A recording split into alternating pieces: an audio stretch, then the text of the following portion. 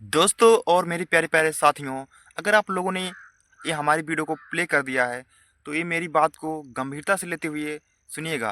आप लोग जो है वीडियो को बीच बीच में छोड़ने की जो आदत है वो कहीं ना कहीं हम लोगों की मेहनत को बर्बाद कर रही देती है।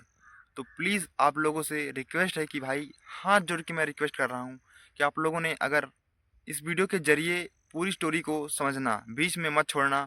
आप सभी से मैं हाथ जोड़कर निवेदन करता हूँ, अगर छोड़ना ही है तो अभी छोड़ सकते हैं, बीच में मत छोड़िएगा। और समझो कोई गरीब बंदा मेहनत कर रहा है, तो वीडियो को दबा के शेयर लाइक करिए। तो चलिए सुनते हैं।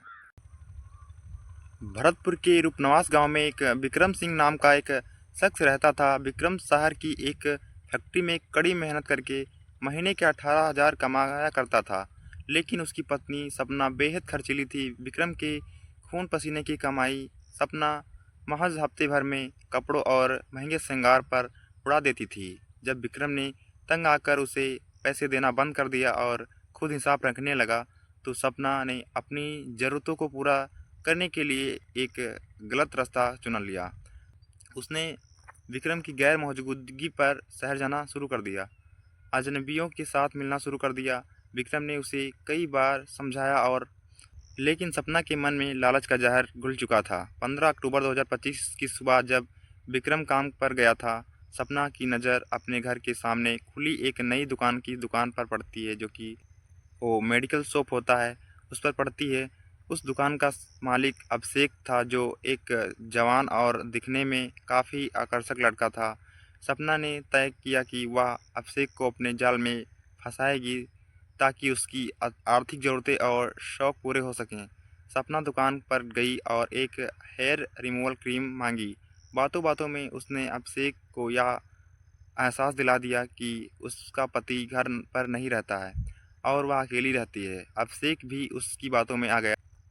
धीरे धीरे सपना उसे अपने घर बुलाने लगी और दोनों के बीच कुछ गलत रिश्ते बन गए। उसके बाद के बदले में अभिषेक उसे पैसे और महंगे कॉस्मेटिक देने लगा। सपना की भूख यही नहीं रुकी। कुछ दिनों बाद गांव का एक साहूकार ठाकुर भवन प्रताप सिंह विक्रम के घर आया और 30,000 के पुराने कर्ज की मांग की। सपना को जब पता चला कि विक्रम ने यह कर्ज लिया है और भानु प्रताप घर कब्जा करने की धमकी दे रहा है, उसने भानु प्रताप को भी अपने जाल में फंसा लिया।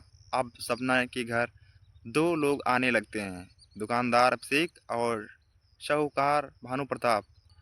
सपना इन दोनों से पैसे ऐंठ रही थी और विक्रम की पीठ पीछे यह गंदा खेल खेल रही थी। सपना की पड़ोसन मीरा देवी इस गतिविधियों पर नज़र रख रही थी। उसने देखा कि विक्रम के जाने के बाद घर में कौन कौन आता है। एक दिन मीरा ने अब सपना को अभिषेक की दुकान पर कुछ अजीब बातें करते हुए सुन लिया। रात को जब विक्रम काम से लौटा तो मीरा ने उसे सारी हकीकत बता दी। उसने बताया कि कैसे उसकी पत्नी ने अभिषेक और भानु प्रताप के साथ मिलकर घर को अयाशी का अंडा बना दिया है। यह सुनकर विक्रम का खून खौल उठा। विक्रम घर आया और उसने गुस्से को काबू में रखकर सपना से खाना बनवाया।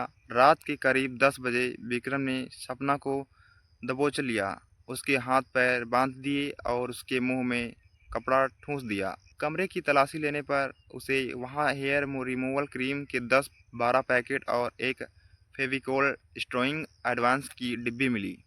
विक्रम ने गुस्से में उस क्रीम और फेविकोल का एक जानलेवा मिश्रण बनाया और उसे अपनी पत्नी के निजी अंगों में भर दिया। दर्द से तड़पते हुए सपना बेहोश हो गई, लेकिन विक्रम का जुनून शांति नहीं हुआ। उसने पास रखे धारदार हथियार से सपना की गर्दन काट दी और उसके शरीर के टुकड़े टुकड़े कर दिए। विक्रम उन टुकड़ों को बोरियों में भरकर साइकिल से सुनसान खेतों में दफनाने ले गया। वहां गांव के एक किसान राम सिंह ने उसे टॉर्च की रोशनी में देख लिया। राम सिंह ने शोर मचाया और पुलिस को फ़ोन कर दिया। ने मौके पर पहुंचकर बोरियां बरामद की और अगले दिन विक्रम को गिरफ्तार कर लिया। पुलिस पूछताछ में जब विक्रम ने पूरी कहानी सुनाई तो पुलिस वाले भी सन्न रह गए। कानून ने अपना काम किया और विक्रम के खिलाफ हत्या का मुकदमा दर्ज हुआ। दोस्तों, इस घटना ने समाज के सामने कई सवाल खड़े कर दिए। सपना का रास्ता गलत था, लेकिन क्या विक्रम का न्याय करने का सही तरीका सही था? लालच और धोखे का इंजाम हमेशा बुरा होता है, लेकिन कानून को हाथ में लेना उससे भी बड़ा अपराध है। आप इस कहानी के बारे में क्या राय देना चाहेंगे? विक्रम को ऐसी सज़ा देनी चाहिए थी? काश कमेंट बॉक्स में अपनी राय ज़रूर लिखें। मिलते हैं अगली वीडियो में, तब तक के लिए जय हिंद, वंदे मातरम।